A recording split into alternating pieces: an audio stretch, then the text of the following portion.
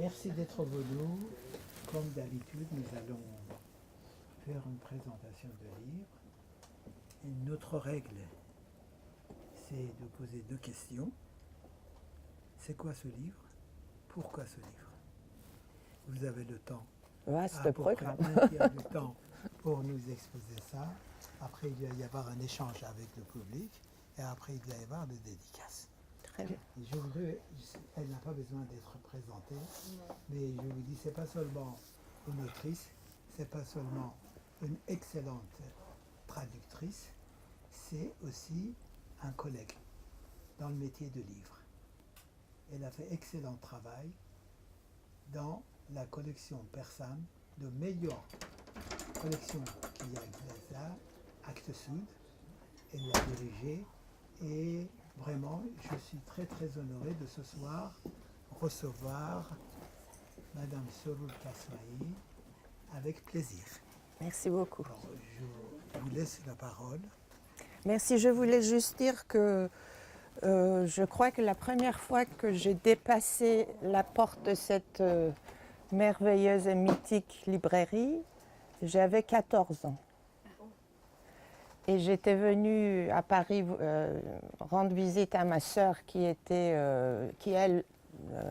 c'était en 76. Donc la librairie avait 1 an ou 2 ans. Et donc j'étais venue, mes parents m'avaient envoyée toute seule ici chez Lily, ma sœur que vous connaissez bien, pour lui rendre visite en été. Et il y avait deux endroits que ma sœur m'amenait tous les jours, presque, ou même 2 fois par jour. C'était la librairie Le Tiermite et c'était la librairie Samuelian qui est juste à côté. Et on rôdait comme ça autour de ces 2 endroits qui étaient 2 cercles comme ça qui nous attiraient. On venait, tout au fond, en bas, il y avait 2 étagères de livres persans. Et on fouillait ça, on cherchait. Et puis bon, tous les autres livres, je pense que j'ai acheté beaucoup de que sais-je ici, que j'ai amené avec moi en Iran. À l'époque, j'étais même lycéenne. Et donc, je connais l'odeur de cette librairie, je connais tous ces étagères qui penchent dangereusement. Et c'est vraiment un lieu où j'ai commencé peut-être à lire. Donc pour moi, c'est très émouvant d'être invitée là. C'est la première fois que je suis invitée à cet endroit qui n'a pas bougé, qui n'a pas changé. Et donc voilà, la boucle est bouclée. J'ai grandi, on peut dire. Voilà.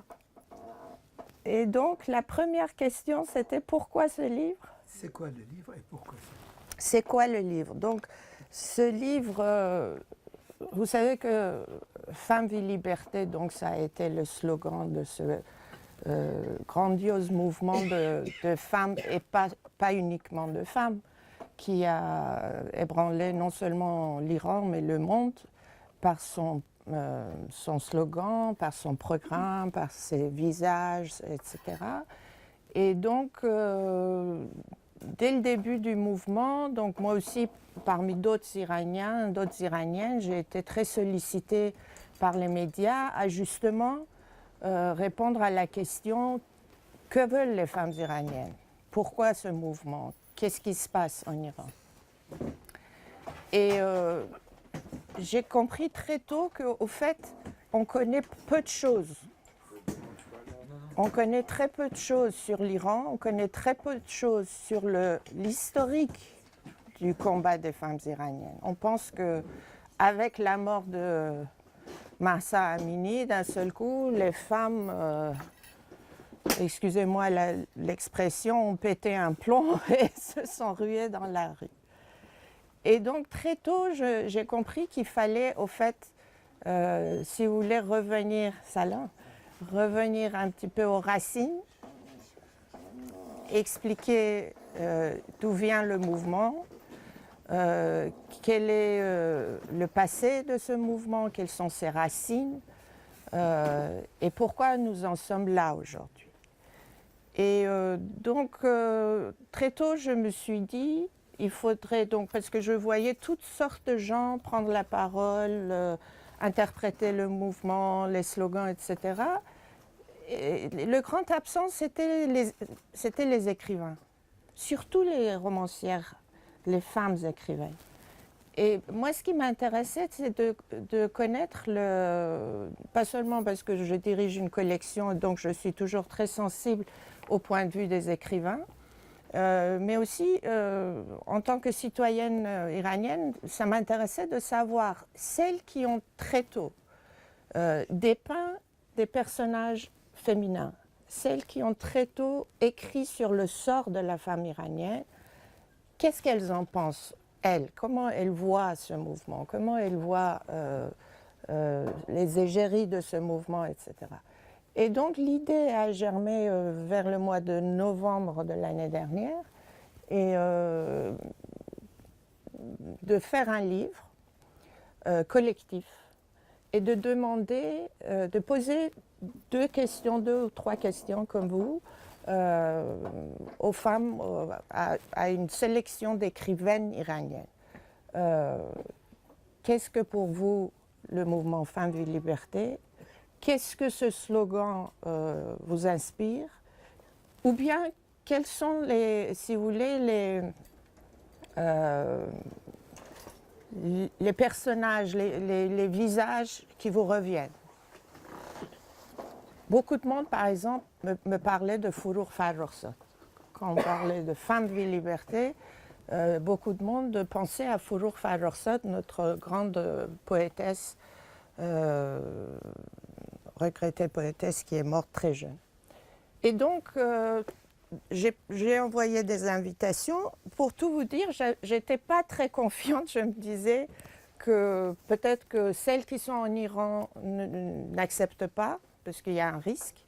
Celles qui sont à l'extérieur sont très sollicitées, n'auraient pas le temps de le faire, etc. Parce que je dois aussi préciser que j'ai choisi une quinzaine d'écrivaines, certaines en Iran, certaines appartenant à la diaspora, certaines qui sont arrivées il n'y a pas longtemps. Je voulais une sorte comme ça de gens différents et de tendances politiques différentes aussi. Parce que l'intérêt pour moi, c'était la littérature, c'était leur plume, c'était celles qui avaient déjà beaucoup écrit sur le sujet. Et contrairement à ce que je pensais, les réponses sont tombées très tôt. Et c'était très positif. Alors il faut dire que le temps était très compté, parce que si je voulais sortir un livre, il fallait que ça soit à la rentrée prochaine, c'est-à-dire la rentrée 2023. Et vous savez que pour produire un livre en France, ça demande de plus en plus de temps. Et ça demande aussi, il y a aussi un temps d'attente au sein de la maison d'édition. Parce que tout est tellement programmé à l'avance pour les sorties de la rentrée qu'aujourd'hui, si j'écris un livre qui est prêt dans 7-8 mois, ça sera programmé pour dans 2 ans ou 3 ans.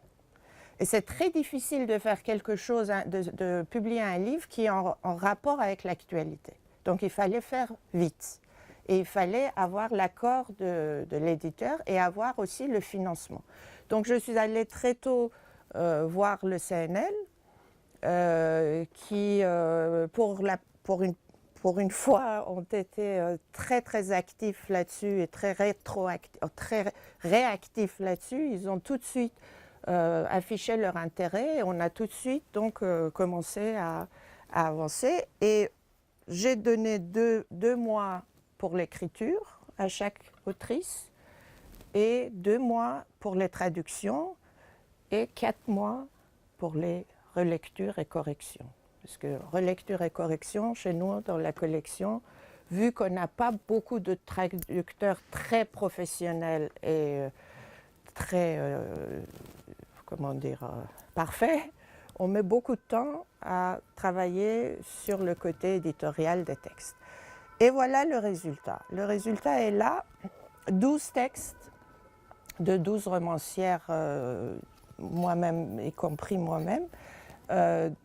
Et donc, ce qui est intéressant, c'est que le résultat dépasse mes espoirs. Parce que nous avons des regards très différents, des angles de vue très différents. Nous avons des gens qui ont écrit en persan. 7 des écrivaines ont écrit en persan. Donc nous avons traduit 7 textes du persan en français. 2 d'entre elles ont écrit en anglais, dont Bahi Narshavani, qui est une grande autrice qui a plusieurs livres publiés chez Actes Sud. Elle a écrit en anglais. Sahar Delijani, qui est l'autrice d'un roman de grand succès, Les enfants de Jacaranda, elle aussi, elle a écrit en anglais. Parissa Reza et moi-même, nous avons écrit en français directement. Et nous avons une autrice, Azar Maloujian, qui, elle, a écrit en suédois. Donc il a fallu traduire tous ces textes, à part celui de Parissa et moi-même. Et donc voilà. Alors, les 12 textes, il y en a certains qui parlent, enfin certains, peut-être 2 ou 3 qui parlent du problème du voile, qui est quand même un des problèmes centraux, un des sujets thématiques centraux de ce mouvement. Et c'est très touchant parce que moi-même, donc j'étais en Iran pendant la Révolution, j'étais quand même 4 ans, j'ai même connu le début de la guerre. Et donc j'étais là quand la loi du voile obligatoire est tombée. Et j'ai vu comment nous avons glissé vers ce voile obligatoire et comment nous avons été nous-mêmes en partie. Il y a eu une partie des femmes qui ont résisté à ça, une autre partie qui s'est pliée devant ce voile obligatoire. Et donc, je voudrais, si vous voulez, vous lire un petit... C'est possible que je lise un petit... Parce qu'il y a un texte d'une autrice qui s'appelle Aïda Moradi Ahadi. Elle a 2 romans en Iran. Elle n'est pas traduite encore ni en français ni en anglais, mais c'est une très belle plume, c'est une très bonne plume. Alors, elle raconte l'expérience du voile à l'école, au collège. Elle commence, son texte s'appelle « L'épiphanie ». Et elle commence la 6e. Durant mes années de collège, j'ai eu une petite blessure derrière chaque oreille. Lorsque ma mère me brossait les cheveux, elle faisait toujours attention à ne pas les frôler. « Ça te fait mal ?» J'éprouvais une sensation de brûlure lorsque je transpirais. 2 fils étroits, sournois et rouges, la marque de l'élastique de mon hijab que notre surveillante avait fortement serré pour qu'il adhère bien à mon front et ne glisse pas. Ainsi, je n'avais plus à m'inquiéter de voir mes cheveux s'en échapper. Après tout, à cette époque-là, la prévention du péché allait de pair avec la militarisation de la société. Et la seule action admissible s'avérait être la soumission totale assortie d'un silence servile. Alors, dans ce texte, la narratrice qui grandit, qui va de la 6e donc au lycée, raconte comment,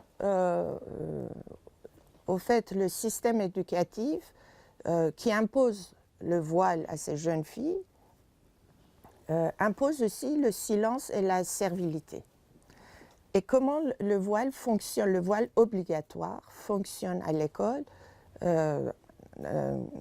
comme une politique éducative. C'est un des textes les plus touchants que j'ai eu à travailler. C'est moi d'ailleurs qui l'ai traduit, tellement c'était un des premiers textes qui est arrivé, et donc je me suis lancée dès le début dans sa traduction. Et donc, voilà, encore un petit passage. Devant les supérieurs, tu devais te tenir immobile et muette. Ce silence constituait le secret de ta survie face à tout type de responsables, familiaux, éducatifs, politiques, religieux. Tous souhaitaient ton bien, excepté, fallait-il s'en convaincre, toi-même et ton démon.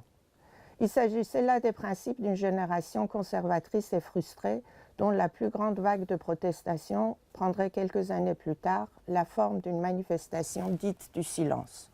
Un silence pour lequel elle est toujours pointée du doigt. Alors ce que Aïda Mouradi Ahani, après cette description, explique, c'est qu'elle a trouvé son salut dans la littérature, qu'elle se réfugiait après l'école dans une librairie comme celle-ci, à Téhéran. Elle y trouvait les romans de Hugo, de Victor Hugo et de Dickens, avec leur ribambelle d'enfants rebelles. Des mômes qui me ressemblaient, me chuchotaient, exaspéraient. Tu vas t'en sortir malgré tes deux organes douloureux. Les deux organes douloureux, les blessures derrière ses oreilles. Il me suggérait aussi de nouvelles astuces qualifiées par les responsables de l'école d'insolentes et de brutales, passibles de châtiment dans l'au-delà. Et donc voilà, nous avons aussi un autre texte écrit par, un autre regard sur l'expérience du voile, écrit par Nassim Marashi. Nassim Marashi est une jeune autrice iranienne, enfin jeune, elle doit bientôt avoir 40 ans, qui habite en Iran et qui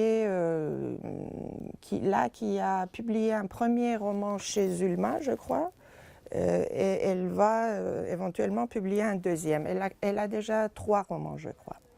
Et Nassim Marashi aussi, son texte est très intéressant parce que c'est vécu de l'intérieur. Elle raconte, ce sont des expériences que beaucoup de gens ne connaissent pas, n'ont pas vues de cette manière.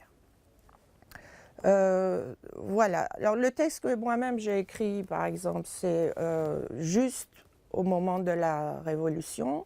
J'allais dans les quartiers pauvres. Je faisais partie d'un programme d'alphabétisation des femmes adultes.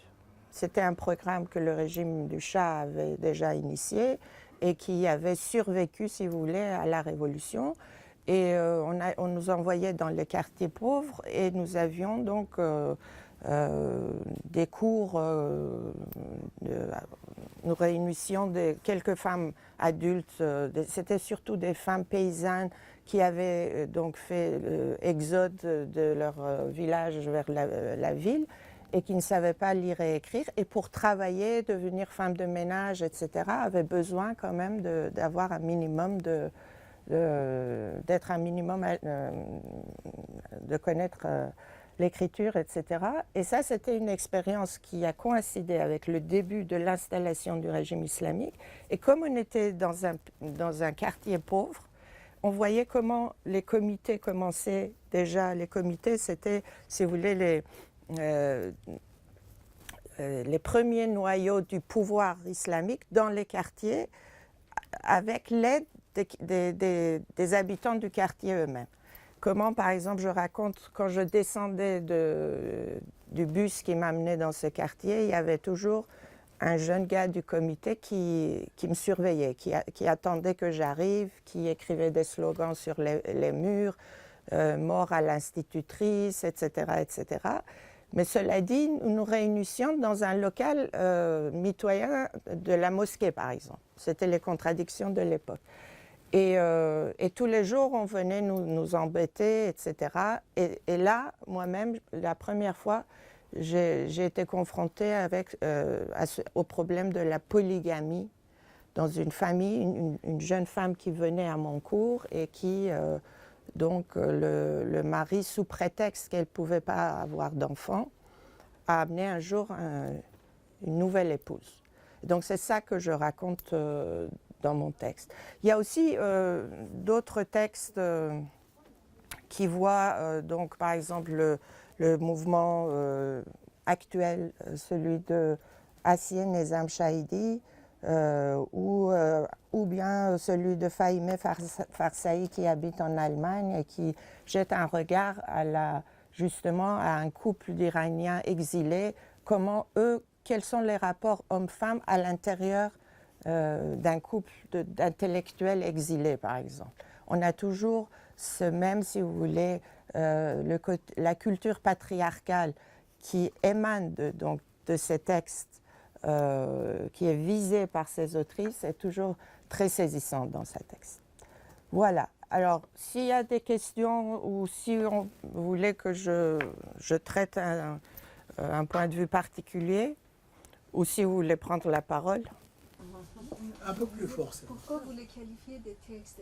Ce sont Alors, des textes ou pourquoi- ce sont des- Voilà, pourquoi je les qualifie de textes? Il y a des nouvelles, il y a 2 essais, il y a une sorte de texte historique, celui de Parissa Reza par exemple, qui est très saisissant aussi, qui revient sur un épisode du mouvement des femmes iraniennes en 1911, qui s'appelle les 300.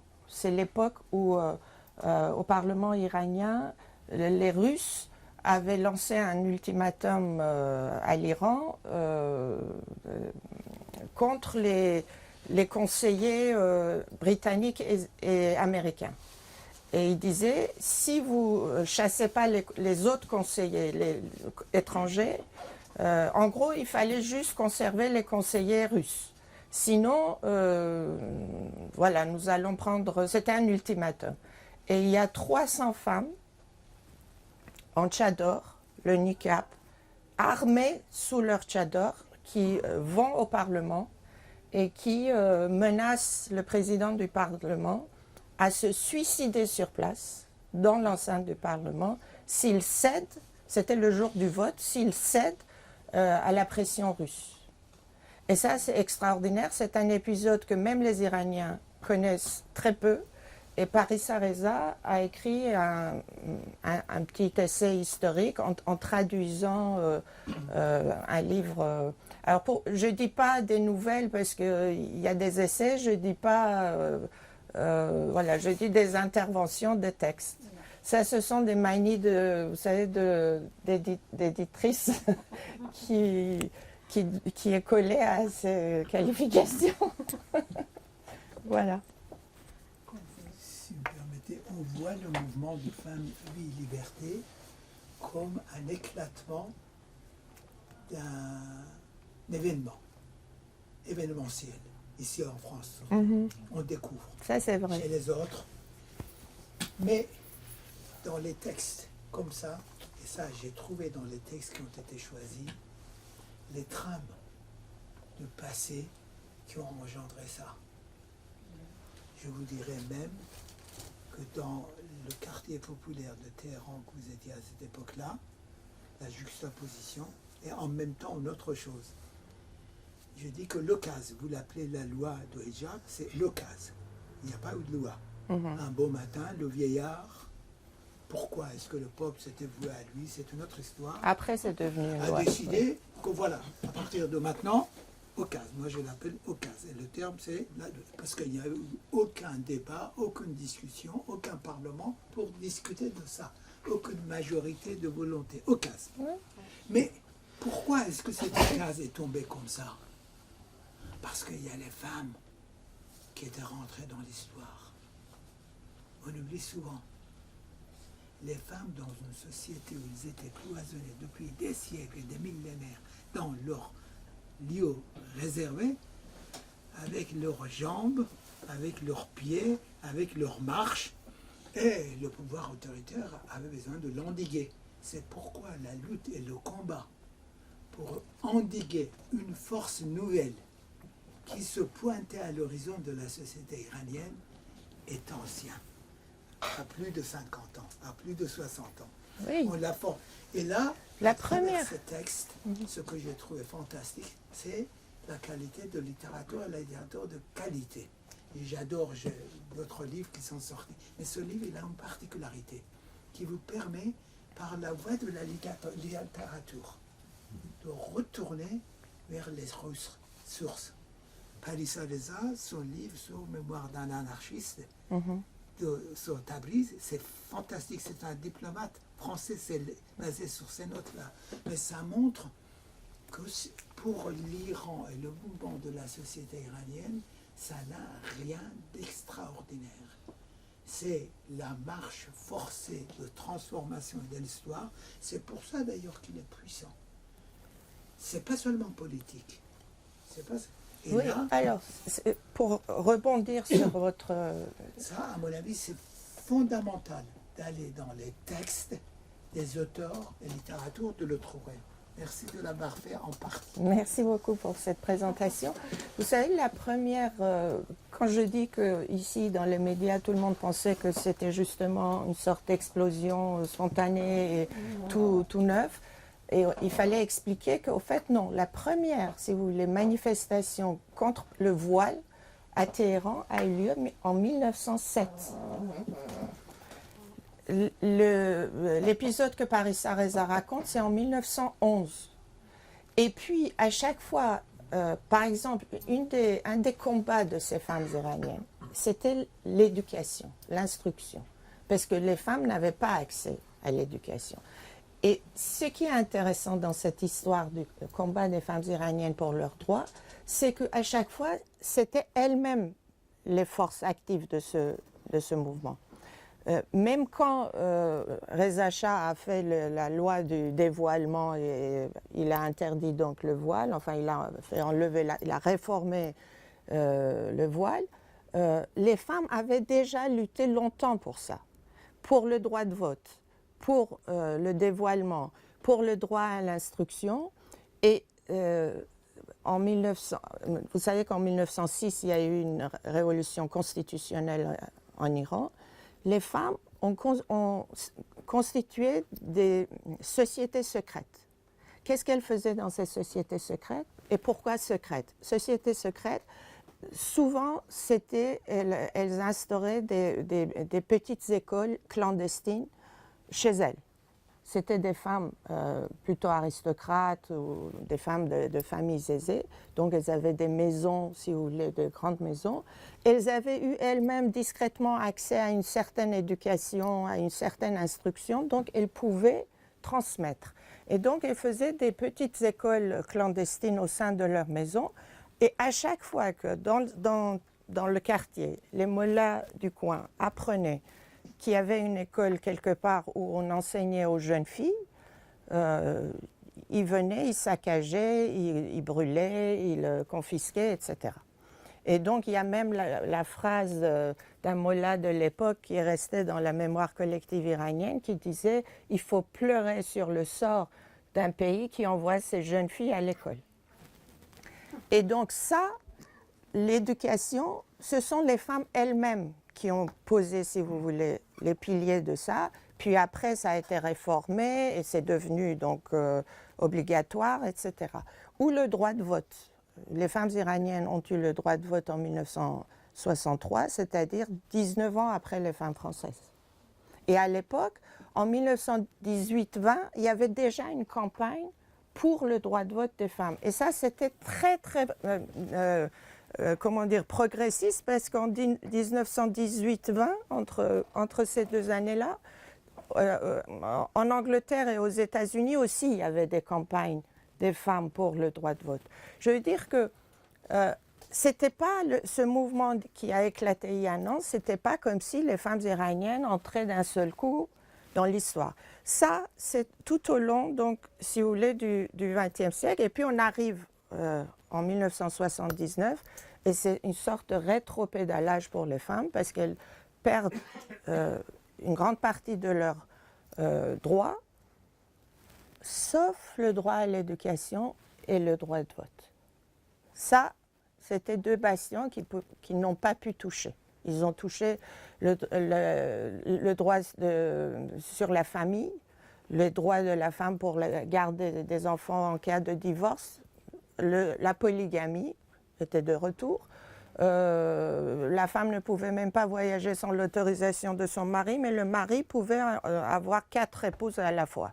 Voyez, on a fait et puis, ce que moi j'appelle personnellement la nationalisation du corps de la femme, c'est-à-dire tout un chacun pouvait vous dire comment vous habiller parce que ça appartenait à tout le monde. Votre corps appartenait à tout le monde. Je pouvais, voilà, tout le monde pouvait me dire ferme ton bouton, tire ton voile, etc., etc. Donc ça a été un long combat et ça continue. Et dans ce long combat, il y a eu, pendant la période de la République islamique, aussi, nous avons eu des points culminants comme ça. Nous avons eu le rôle des individus. Nous avons eu des activistes qui ont, si vous voulez, œuvré individuellement. Et nous avons eu aussi des mouvements collectifs. Par exemple, de 1980, pendant 12 ans, de 1997 jusqu'à 2009, il y a eu la campagne des 1 million de signatures. Il y avait 10 articles de loi que cette campagne voulait faire changer. Sur l'âge légal du mariage, sur les droits de divorce, sur la protection de la famille, tout un tas de... Et donc il y avait par exemple une grande poétesse, Madame Simin Behbahani, qui était, si vous voulez, une des leaders de ce mouvement, mais il y avait beaucoup aussi de femmes, d'avocates, etc. La campagne, si vous voulez, n'a pas réussi, n'a pas été vraiment victorieuse. Elle n'a pas pu changer ses lois. Mais ce qu'elle a pu changer, c'était la mentalité dans la société. Parce qu'elles étaient tellement présentes, ces femmes, qu'au fait, elles ont rendu, comment dire, acceptable l'idée que l'homme et la femme sont égaux. Parce que dans la Constitution, après la Révolution, la femme et l'homme ne sont pas égaux. Mais ça, ils l'ont popularisé, ces idées-là. Et en 2017, par exemple, la fin de cette campagne, c'était en 2009. En 2017, nous avons eu un beau jour, un 21 décembre 2017, Vidom Ovahed, une jeune mère de famille de 30 ans, qui est allée devant la pâtisserie française, non loin de l'université de Téhéran.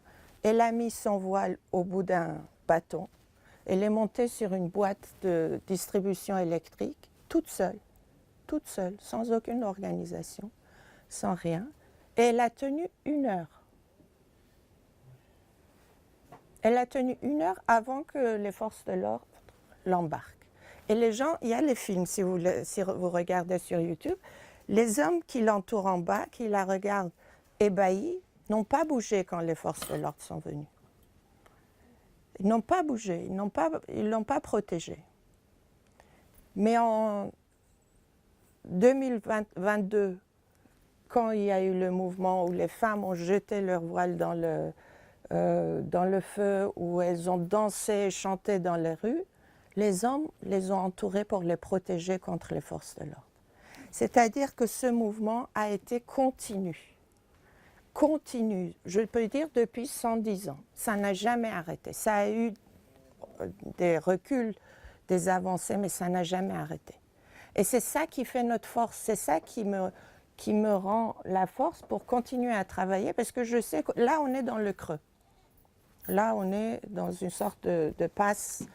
Mais je suis sûre que ça reprend parce qu'on a des forces vives dans ce mouvement.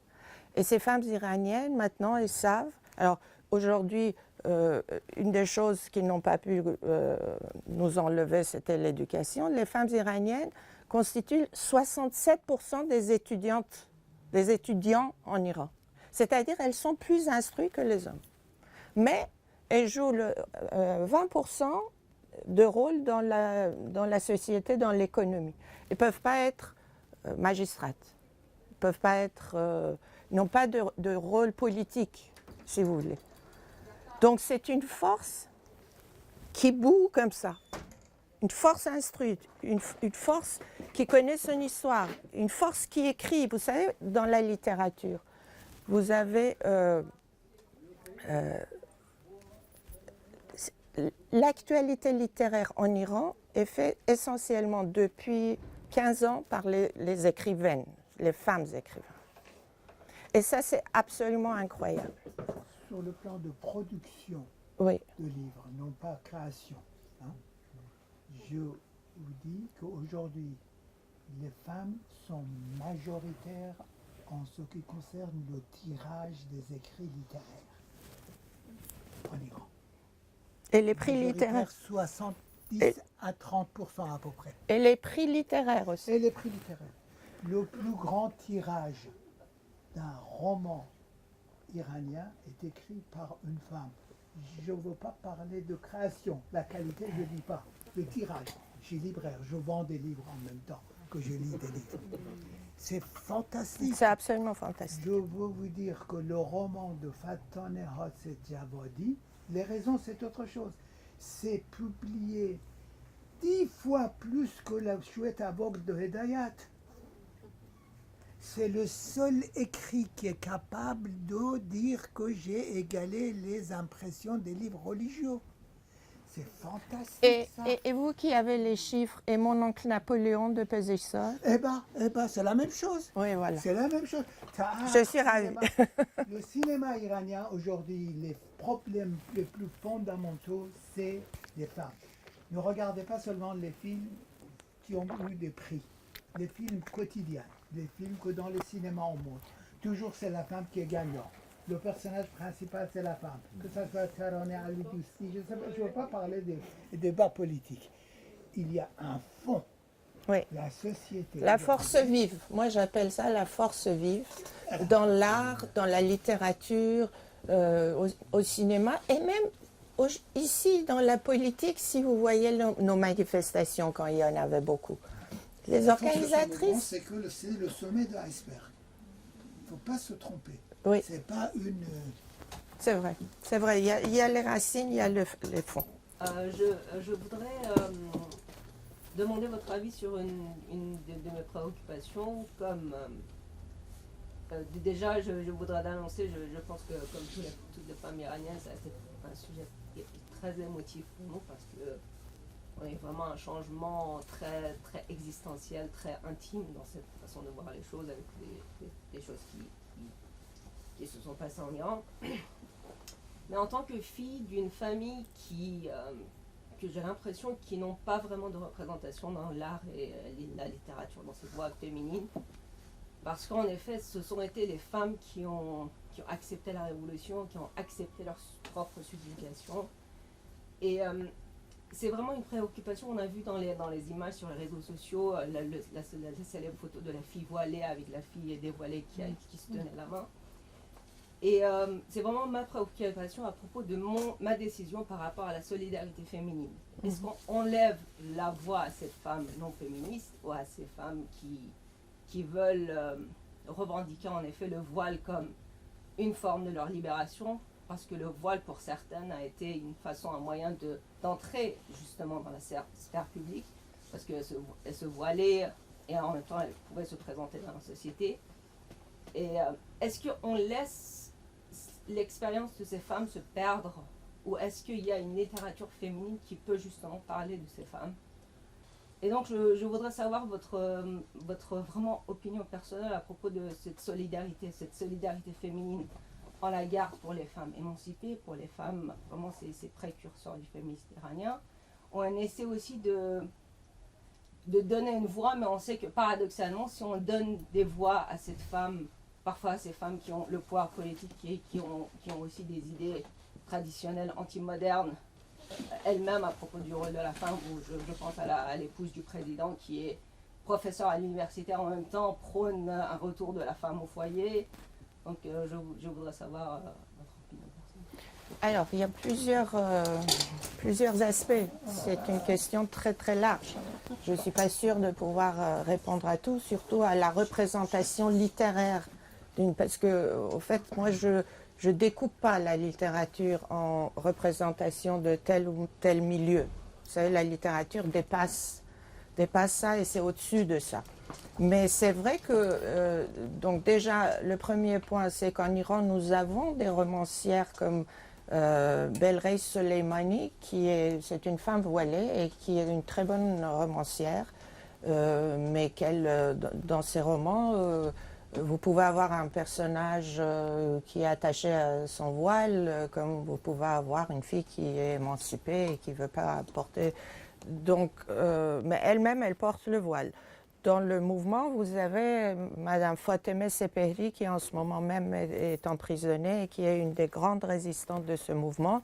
Et personne ne la stigmatise. Pourquoi elle porte?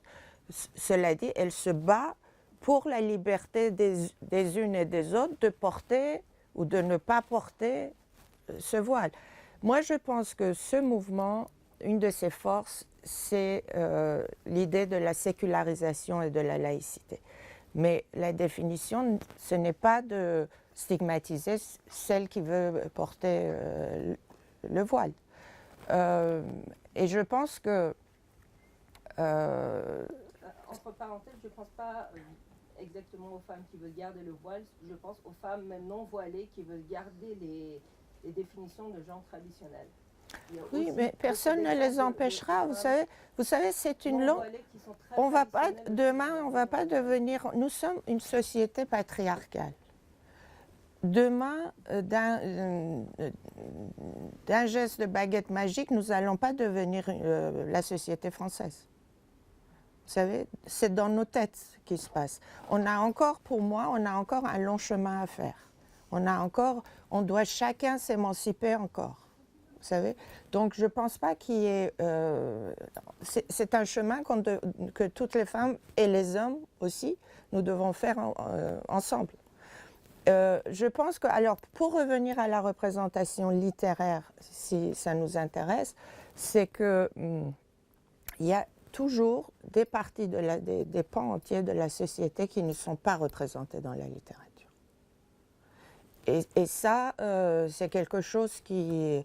Mais il faut aussi savoir, qu'est-ce que lisent, par exemple, telle ou telle partie de la société. D'abord, en Iran, malheureusement, la lecture aujourd'hui est en chute libre. Vu le tirage des livres, vu le nombre de lecteurs, ça c'est un grave problème culturel que nous avons. Cependant, beaucoup de femmes écrivent et publient, comme on l'a mentionné, et il y a beaucoup de qualité aussi, c'est pas que le nombre. Moi, je reçois beaucoup de livres déjà publiés en persan pour la collection ou de manuscrits, et je peux vous dire que 4 fois sur 5, les romans que je retiens pour après proposer, en faire quelque chose, ce sont des romans de femmes. Ce sont des romans écrits par les femmes. Ça, vraiment, je n'exagère pas là-dessus. Voilà, je pense que nous avons encore beaucoup de choses à faire pour être des gens libres, démocrates et modernes. Que ce soit l'histoire du voile ou tout le reste. Vous savez? Donc, et ça, on doit le faire ensemble. Mais je ne vois pas pourquoi, par exemple, on doit penser qu'une femme qui devient vendeuse a chuté dans sa dignité personnelle. Il n'y a pas de raison. Elle travaille, justement, au contraire. Elle travaille. Et tout, ça, c'est une des revendications. Les femmes veulent être indépendantes économiquement. Qu'elles soient vendeuses, institutrices ou paysannes qui labourent les champs, c'est très positif parce qu'elle aura, comme on dit en persan, sa main dans sa poche, dans sa propre poche. Et ça, c'est très important. Ça aussi, vous savez, c'est les valeurs encore très traditionnelles qu'on doit essayer ensemble de dépasser. De voir une femme qui est vendeuse dans le bazar, c'est positif. Ça veut dire que le bazar, qui est une structure très traditionnelle, a fait des pas en avant, qui accepte des femmes qui n'ont certaines plus le voile non plus, qui ne portent plus le foulard. Donc ça aussi, c'est intéressant. Voilà. Allez-y.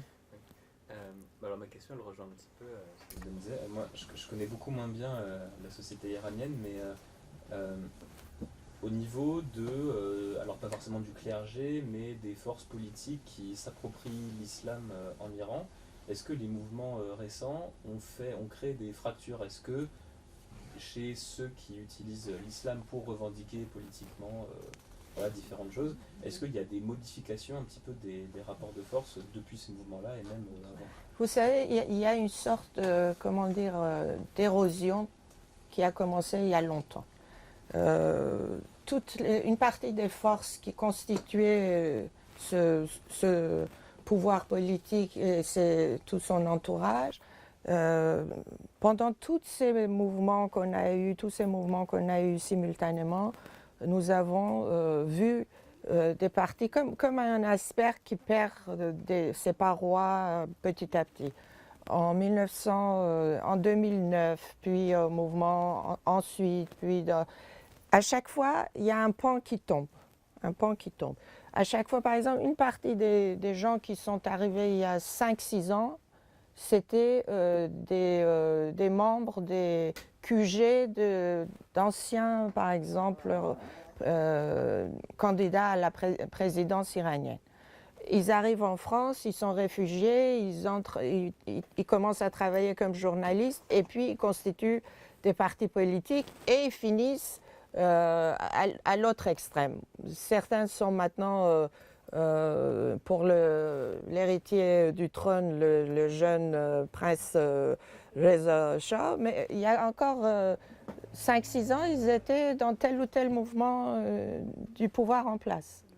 Donc ça, c'est une sorte, si vous voulez, de, je ne veux pas dire cirque, mais une sorte de, comme ça, comment dire, tourbillon des forces qui se détachent de là. Et qui... Pourquoi on peut pas les gens ils ont le droit de changer. Oui, non, mais ils ont bien sûr, et tant mieux qu'ils quittent, si vous voulez, le bateau.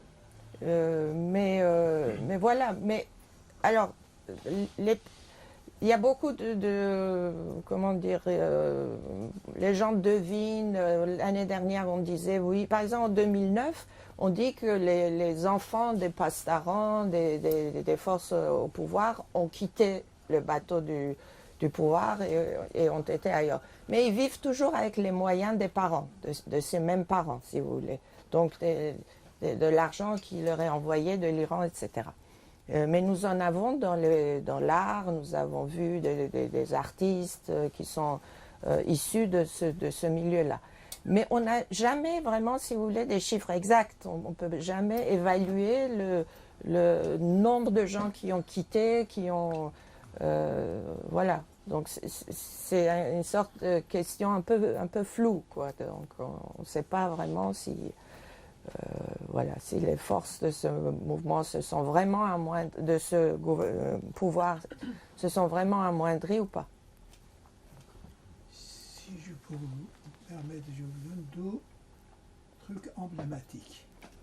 Aujourd'hui, la cellule la plus active et politique de la société iranienne se trouve à l'intérieur de la section des femmes de la prison d'Evin. Voilà. Je suis prêt à en discuter avec n'importe qui. Moi, je suis d'accord, absolument. Ouais. Aujourd'hui, Madame Narges Mohammadi, sa force ne tient pas à la reconnaissance à Helsinki. Sa force, c'est qu'elle a réussi à faire une volonté commune avec cette comité des femmes prisonnières à l'intérieur de prison d'Evin, où il y a l'éventail politique iranienne, de femme bahaï jusqu'à la femme islamiste. Voyez-vous ? Et ça, c'est des choses fantastiques pour moi, qui comme j'ai suivi la vie politique iranienne depuis 60 ans, j'aurais jamais pensé. Les éléments qui montrent le changement, c'est pourquoi je le dis avec confiance. Première élection présidentielle proportionnellement libre, pas totalement, où on a reconnu le droit de la femme, la présidente élue de la majorité des Iraniennes serait une femme. Alléluia. Même si c'est royalisme, l'homme sera le prince consort. Ça ne serait pas le royalisme. C'est pour ça que j'ai nommé Femme Rêve Liberté. Vous voyez, c'est un rêve, ça. J'adore le livre parce que c'est rêve. C'est rêve, oui. La vie sans rêve, ça n'existe pas. Non, et puis là, c'est le rêve de l'émancipation de la femme aussi. C'est ça, au fait, j'ai oublié de le dire. Je vous ai coupé, non? Non. Je parle trop. Non. C'est ce que je voulais dire. Pourquoi? Parce que c'est aussi une question qu'on me pose souvent. Pourquoi femme rêve liberté? Alors que la question que j'ai posée, dont je parle dans la préface, c'est quel est votre rapport à femme vire liberté? Mais en recevant les textes, j'ai vu que ce qu'il y a qui se trame, au fait, ce qu'il y a dans tous ces, sous la peau de tous ces textes, c'est ce rêve d'émancipation. qui a commencé, comme je vous l'ai dit, au milieu du 19e siècle. On peut dire qu'il a commencé par notre grande poétesse Babi Tahirih Ratelane, qui a enlevé le roubindé. Elle n'a pas enlevé le hijab, elle a juste dévoilé son visage et dans une assemblée d'hommes. Et il y en a qui se sont évanouis quand ils ont vu le visage d'une femme. Elle était tellement belle. Oui, non, mais c'était tellement révolutionnaire et radical comme geste qu'il y en a un même qui voulait se couper la gorge. Vous voyez, on a fait quand même un bon bout de chemin de là. Mais je veux dire, ce rêve d'émancipation qui a, si vous voulez, sillonné toute notre histoire moderne, qui a accompagné la modernisation, l'idée de la modernité, de l'individu, etc., jusque-là. Et pour un peu différencier, faire un pas de côté et dire que nous sommes quand même... C'est de la littérature. Et dans la littérature, vous parlez aussi bien du passé que des rêves que du lendemain. Voilà, on l'a appelé Femme, Rêve, Liberté. Et vous avez ce beau rêve auquel je souscris tout de suite d'avoir une présidente, après la libération de l'Iran, une présidente femme qui sera peut-être de la prison aussi, bien sûr. Quand la République islamique sera là, sinon, ça serait une république féminisée et féminine. Absolument. C'est Voilà. une histoire. Ça, c'est un... Vous avez rencontré Ça, c'est un vœu pieux que vous formulez. Nous nous inscrivons tous. Pourquoi il y a certains qui ne veulent pas du tout entendre parler de ça, hein. Mais oui, parce que, comme je disais, la culture patriarcale est tenace. La culture, on doit encore se battre. Même nous-mêmes, les femmes, dans notre tête. On doit encore Mais dans la s'émanciper. nouvelle génération, c'est différent aussi quand même. Alors, la nouvelle génération, c'est quelque chose C'est d'extraordinaire. différent. Moi, je les ai rencontrés cet été, et puis les jeunes garçons qui me disaient que nos femmes sont très courageuses et on n'est pas comme elles. Ils disaient moindre chose quand les pastarants, les gardiens nous interdisent de ne pas mettre les manches au cou, on a très peur. Et quand on voit les jeunes filles qui avancent, dès qu'ils voient les patrouilles, au contraire, ils se dévoilent encore plus, ils ouvrent leur chemise et ils avancent. Elles avancent et là, ils disent non, non, nous, on est loin de ces femmes courageuses. Mais vous savez, ce qu'elles ont obtenu, ces femmes, le résultat de leur lutte est palpable en Iran. Parce qu'elles ont vraiment enlevé le voile. Celles qui ne voulaient pas porter le voile, elles l'ont enlevé. C'est-à-dire, la loi n'est pas abolie, les patrouilles sont là, mais les femmes continuent à se balader sans voile. Ils vont à l'aéroport, ils vont au tribunal sans le voile.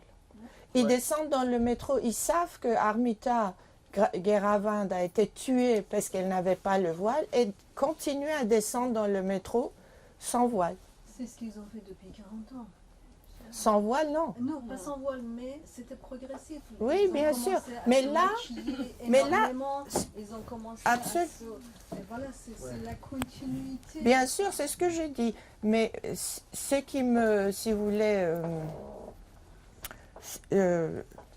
ce qui me fascine, en fait, c'est ce courage qui fait que vous savez qu'en face, ça peut être la mort, mais vous y allez quand même. Il y a l'adrénaline. Parce qu'elles ne veulent pas céder sur ça. Ça, elles ont gagné un point, un statut, elles ne veulent pas céder. Moi, j'ai une amie d'enfance qui, tous les ans, sa mère habite en Iran, et tous les ans, elle va voir sa mère parce qu'elle est très âgée, etc. Donc, elle voit l'évolution des choses tous les ans. L'année dernière, elle n'a pas été à cause des événements. Donc là, ça fait 2 ans. Et elle vient de rentrer. Et elle m'a dit, tu ne peux pas croire, j'étais dans une rue, j'avançais, j'étais la seule voilée. Parce que j'avais peur qu'on m'arrête et qu'on ne me laisse pas revenir en France. Donc moi, j'avais une sorte de châle, une sorte de manteau large et tout. Et il dit, elle me dit, les femmes me regardaient comme si j'étais fautive ou elles s'arrêtaient, me regardaient. C'est quoi cet accoutrement? Et dans un bus, une femme lui a dit, ça se voit que tu viens de l'étranger, toi. Elle a dit, comment ça se voit? Elle a dit, parce que nous, on ne porte plus ni le voile, ni ce genre de manteau. Personne ne porte plus de manteau islamique. C'est une chemise, c'est des robes, etc. C'est pas que le voile. C'est-à-dire, elles montrent leur corps, parce que c'était quoi, au fait, la signification de ce manteau islamique avec la tenue islamique? Manteau et pantalon. C'est qu'on ne voit pas les formes de la femme, à part les cheveux qu'on ne devait pas voir. Le corps de la femme était prohibé. Et elles n'ont pas enlevé juste le voile, elles ont supprimé aussi ses formes amples, et donc on peut voir, elle s'habille comme une femme normale. Moi j'ai eu cette expérience aussi cet été, justement, cette solidarité que les femmes, justement sans voile, et moi-même j'étais sans voile, qui se souriaient, qui se disaient des mots, des petites phrases, je t'adore, t'es génial, j'ai envie de t'embrasser, bravo, bravo, ou peut-être juste un petit sourire, et tout le monde savait ça veut dire quoi. Oui, c'est la solidarité. Voilà, Oui. bravo. Mais aussi ici, on a vu la solidarité. Vous savez, ce geste de se couper une mèche de cheveux, c'est pas un geste non plus qui est né comme ça. C'est dans le livre des rois. Dans le livre des rois, quand Siavash est mort, sa femme, au fait, elle se coupe, sa mère se coupe une mèche de cheveux. Le héros est mort et on le pleure en se coupant les cheveux. Mais on a fait ça sur la tombe de Marsa et d'autres victimes féminines. Le héros était devenu une héroïne. C'est-à-dire, dans notre mythologie, dans notre pensée épique, il y a eu un changement, un déplacement. Vous voyez? Le héros qui était toujours un homme est devenu une femme. Et c'est pour ça que le vœu que vous avez formulé est tout à fait réaliste. Est tout à fait réaliste. Il y a un déplacement des choses. Et ça, c'est la première fois dans la culture iranienne qu'on se coupe les cheveux pour une femme héroïne. Et ça, on a vu la solidarité ici dans toutes les manifestations, sur YouTube, où toutes les femmes se sont coupées des mèches de cheveux en solidarité avec ce geste. Même les hommes qui ont coupé des cheveux. Les hommes? Les hommes aussi. Oui, ils ont oui, oui. Tout ce que j'ai entendu des différents endroits de pays, une autre chose qui me frappe beaucoup de la part des hommes, c'est le respect. C'est fantastique comme le geste des femmes que nous considérons comme héroïques, pour les hommes est devenu un élément de respect. Vous avez réussi là où nous avons Échoué. Et ça, encore dans une société patriarcale, c'est quelque chose d'énorme. Absolument, absolument. C'est pas Siavash, c'est la mère de Siavash qui est devant. Oui, oui, oui, bien sûr. C'est pas Rustam, c'est sa mère, sa femme. Absolument, Et, absolument. et ça, dans toute l'histoire de l'Iran, c'est la première fois que nous assistons à ça. Jusqu'à là, le respect de la femme, c'était pour d'autres raisons. C'était en tant que mère, c'est en le tant courage. que femme, C'est en la tant force que de fille. changement. Et c'est d'ailleurs ce que ce régime a essayé de nous réduire à notre rôle de mère. Par exemple, notre lauréate, deuxième lauréate du prix Nobel, elle-même, elle raconte. Moi, j'ai traduit, si vous voulez, elle a écrit un livre qui s'appelle La torture blanche.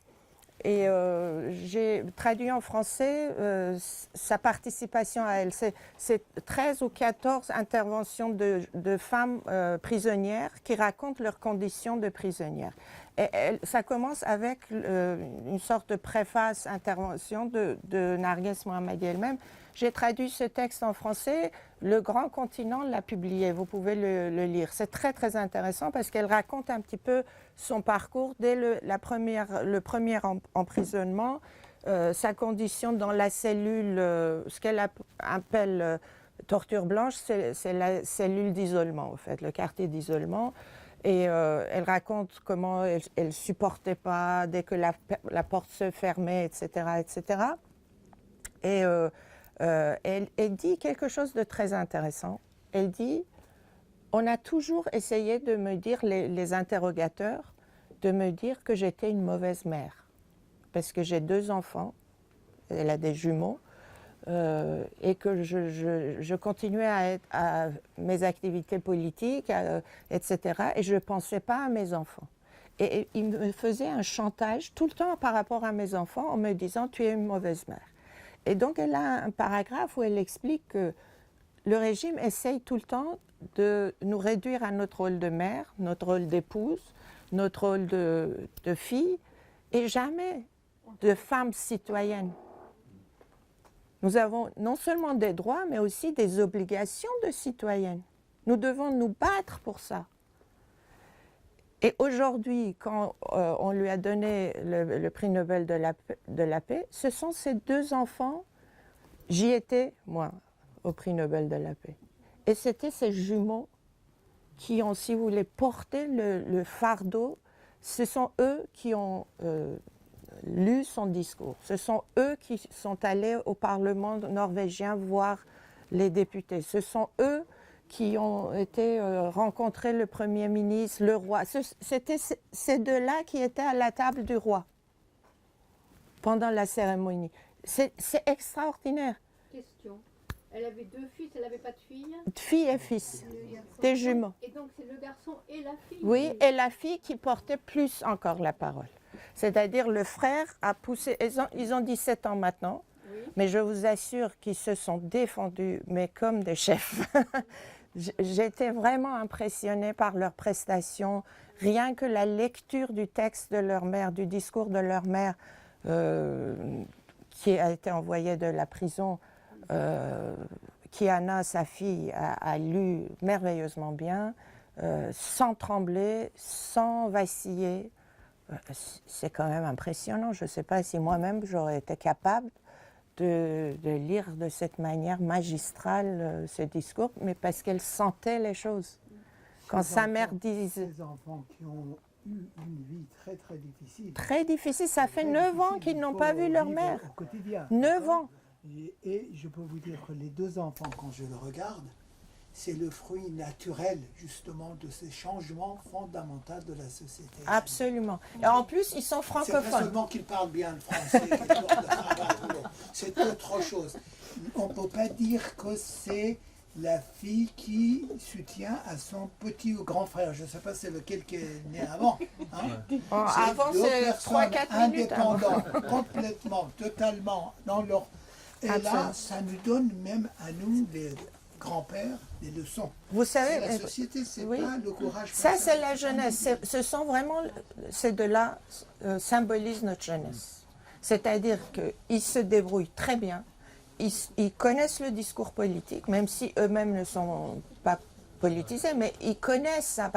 Le fils, Ali, racontait que un jour, au petit déjeuner, donc sa mère était en prison.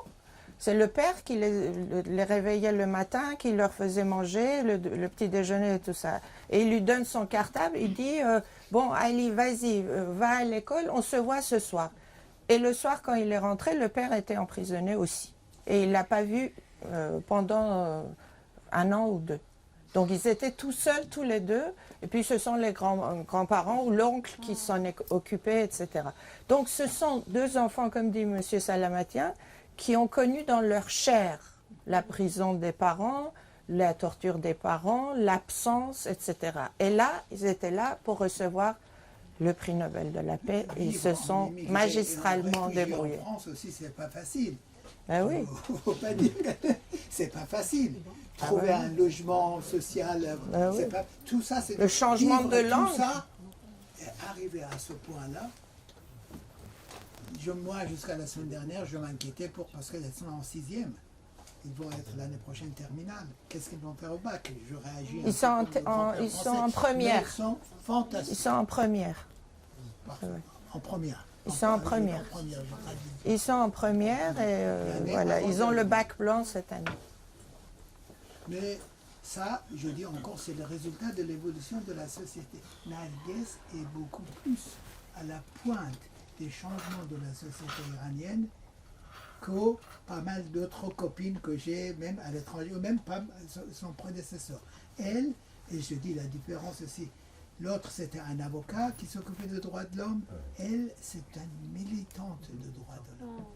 C'est Oui, différent. elle est ingénieure de profession. Je fais cette distinction, Elle est militante et Oui, professionnelle, c'est différent. oui, oui. Et là, moi je dis, c'est l'évolution normale de la société iranienne. Ce qu'on voit, c'est spectaculaire, non pas parce que c'est sous les projecteurs.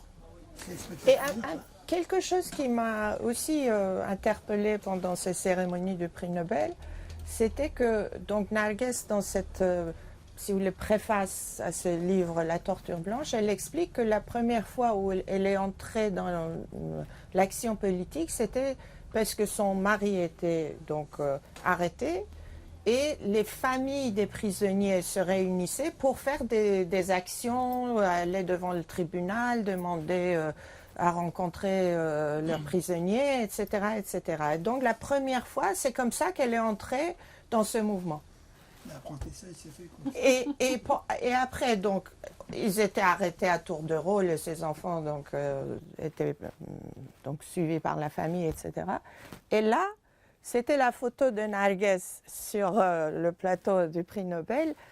Et le mari, il a eu l'élégance de se mettre en retraite. Et on voyait les enfants sur scène. Et j'ai trouvé ça très juste. Même si Narguez elle-même raconte qu'elle est entrée dans ce... Parce que son mari, lui, il était en prison aussi bien sous le régime du Shah que là. En tout, je crois, il a passé 14 ans en prison, si on fait la comptabilité de ces... Mais là, il a tout de suite réalisé que ce prix était le prix de Narguez.